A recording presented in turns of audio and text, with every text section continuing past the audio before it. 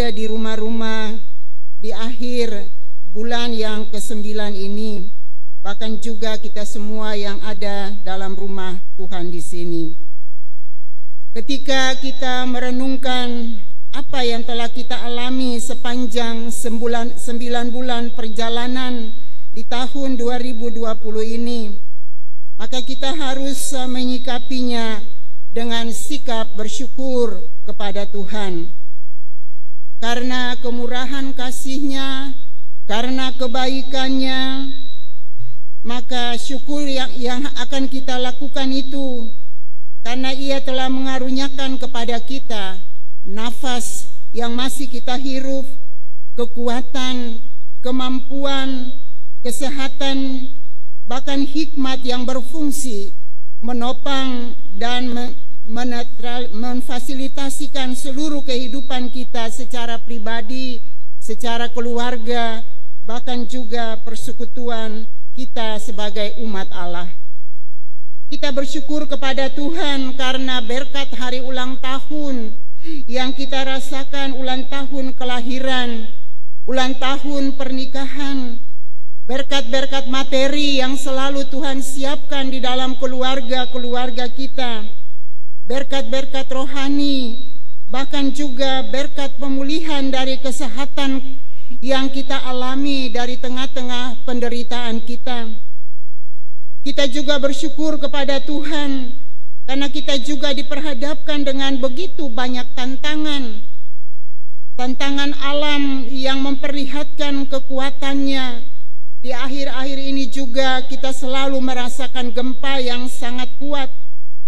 Persoalan-persoalan hidup baik secara keluarga, pribadi, bahkan persekutuan jemaat.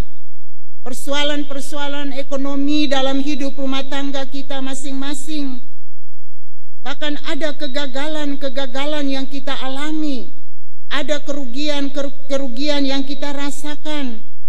Ada duka cita yang menerpa kehidupan keluarga kita.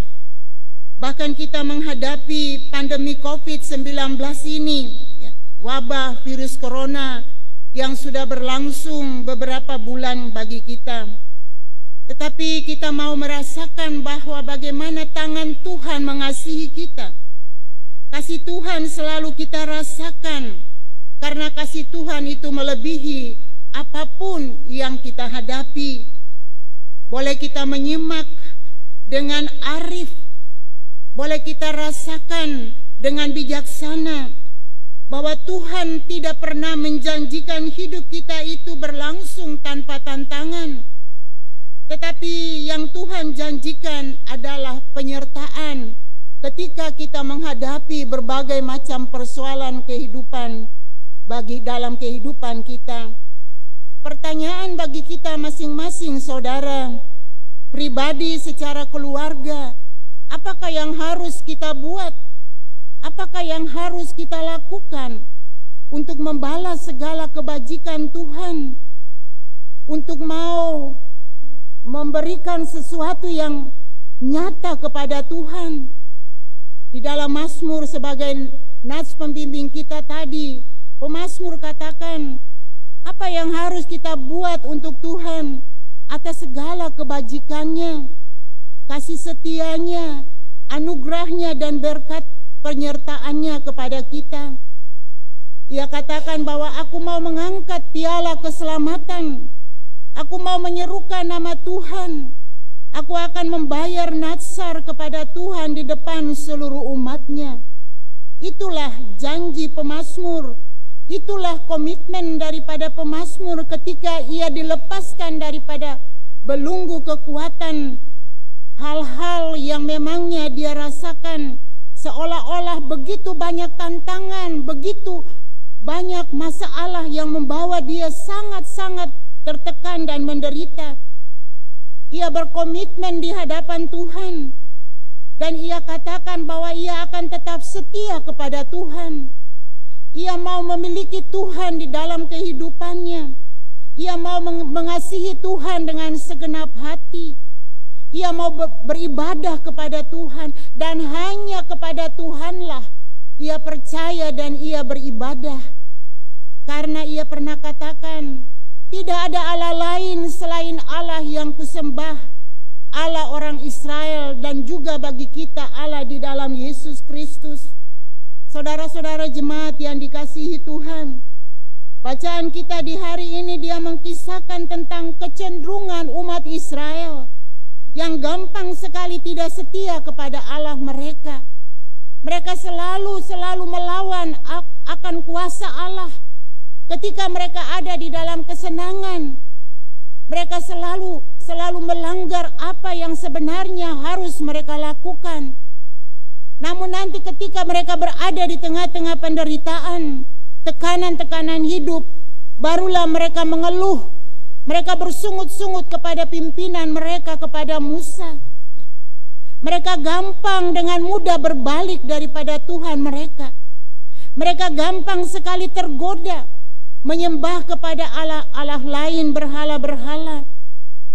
Dan kita melihat bagaimana Musa sebagai pemimpin umat saat itu, ia selalu mengingatkan mereka agar mereka tetap setia kepada Allah. Allah yang telah memimpin mereka keluar dari tanah perbudakan, Allah yang telah membebaskan mereka dari ancaman-ancaman dan penderitaan. Bahkan Musa mengingatkan mereka agar mereka jangan tergoda jika diajak oleh orang-orang yang paling dekat sekalipun. Itu terbaca di dalam ayatnya yang ke-6. Seperti saudara laki-laki, saudara perempuan, sahabat. Ingatlah saudara-saudara bahwa iblis itu sangat pintar. Sekali lagi saya katakan bahwa iblis itu dia sangat pintar untuk menggoda kita. Dia tahu kelemahan kita. Dia memakai segala cara, baik itu suami kita, baik itu istri kita, baik itu anak-anak kita, baik itu keluarga dekat kita. Setiap kita yang tidak takut kepada Tuhan, setiap kita yang tidak dekat dengan Tuhan, selalu iblis memakai kesempatan untuk merusakkan kehidupan kita, bahkan kehidupan persekutuan keluarga-keluarga kita. Sehingga keluarga kita akan hancur, keluarga kita akan berantakan karena pekerjaan iblis itu sendiri. Iblis memakai kesempatan di tengah-tengah kelemahan kita, saudara. Ketika kita lemah, ketika kita tidak berdaya, ia masuk dan ia menghancurkan kita. Kalau kita baca dari kitab Ulangan pasal 10 sampai dengan bacaan kita di saat malam hari ini, di sini firman Tuhan mau mengingatkan Israel juga kita bahwa yang Tuhan mintakan daripada kita tidak banyak. Tuhan tidak meminta banyak hal-hal dari kita untuk dilakukan. Yang Tuhan mintakan daripada kita hanyalah kita setia, kita takut kepada Dia. Kita mau memuji Dia setiap saat dalam ibadah-ibadah yang kita lakukan kepadanya, dalam persekutuan kita di tengah-tengah rumah tangga keluarga kita, bahkan juga itu yang naik daripada hati pribadi kita masing-masing. Kita melakukan apa yang memang Ia kehendaki daripada kita. Ini tidak, dan Dia tidak memintakan hal-hal yang muluk-muluk, saudara. Dia tidak memintakan uang kita yang banyak yang harus kita persembahkan. Tetapi demi kebaikan kita sendiri, kita harus melakukan apa yang Dia inginkan. Kesetiaan kita kepada Dia, iman kita kepada Dia. Dan dengan iman kita, kita akan tetap menikmati berkat-berkat-Nya yang akan Ia sediakan bagi kita. Dia katakan dalam firman-Nya bahwa ketika imanmu sebesar biji sesawi, maka kita bisa berkata dan memindahkan gunung setinggi apapun. Bahkan kita bisa memindahkan laut. Dan kita harus menyadari bahwa bukan karena kebaikan kita, tetapi hanya karena kasih setia Tuhan kepada kita, hanya karena kemurahan Tuhan kepada kita, sehingga kita masih bisa hidup, menikmati nafas kehidupan kita sampai di akhir bulan ini. Walaupun mungkin dalam perjalanan sepanjang bulan yang ke-9 ini banyak hal yang kita alami, kekurangan-kekurangan kita, ketidakmampuan kita, kesederhanaan kita, dan banyak hal, saudara. Walaupun memang kita ditekan, walaupun masalah-masalah kita begitu berat, tetapi kasih Tuhan melebihi segala-galanya. Kita dituntut untuk mengasihi Tuhan dengan segenap jiwa, segenap hati kita. Berarti hati kita ini harus bersih, hati kita ini harus mulia. Untuk itu, saudara-saudara jemaat, marilah kita siapkan hati dan jiwa kita. Kita bangun persekutuan kita yang setia dengan Tuhan. Kita berdoa selalu kepada Tuhan setiap saat. Kita gantungkan seluruh kehidupan kita ini kepada Tuhan. Kita hanya pusatkan harapan kita hanya kepada Kristus yang telah menjamin segala-galanya bagi kita. Semuanya itu akan terwujud, saudara, di dalam relasi kita saling mengasihi, saling melayani di antara anggota keluarga dan sesama yang lain, juga dalam alam ciptaan kita. Bapak, Ibu, saudara-saudara jemaat yang dikasihi Tuhan, sebelum kita mengakhiri bulan ini dan kita masuk di bulan Oktober, bulan yang ke-10 ini, baiklah kita semua menyatakan komitmen kita untuk tetap setia kepada Allah Tuhan kita. Utamakanlah Tuhan di dalam segala sesuatu. Karena itu adalah bukti iman kita bahwa kita mengasihinya. Ulangan pasal 13 pada ayatnya yang keempat dia katakan,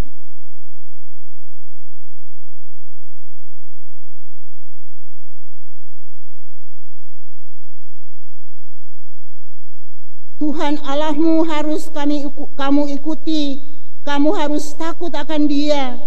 Kamu harus berpegang pada perintahnya, suaranya harus kamu dengarkan, kepadanya harus kamu berbakti dan berpaut. Itulah yang harus kita lakukan, Bapak, Ibu, saudara-saudara jemaat. Dan ketika kita melakukan semuanya itu, maka berkat Tuhan tersedia selalu bagi kita di bulan yang ke-10 ini. Tuhan memberkati kita. Amin.